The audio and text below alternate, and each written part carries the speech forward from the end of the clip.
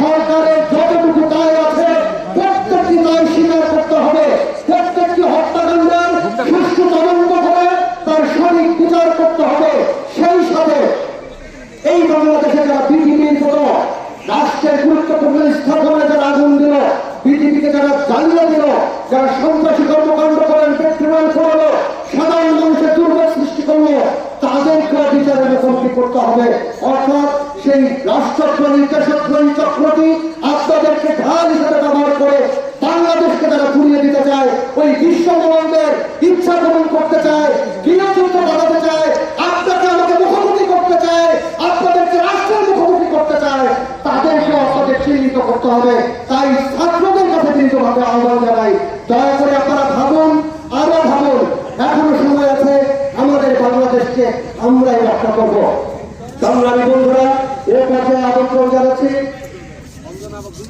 আমাদের প্রিয় অভিভাবক, প্রিয় শিল্পী অঞ্জনাদিকে আমি বক্তব্য রাখতে দেওয়া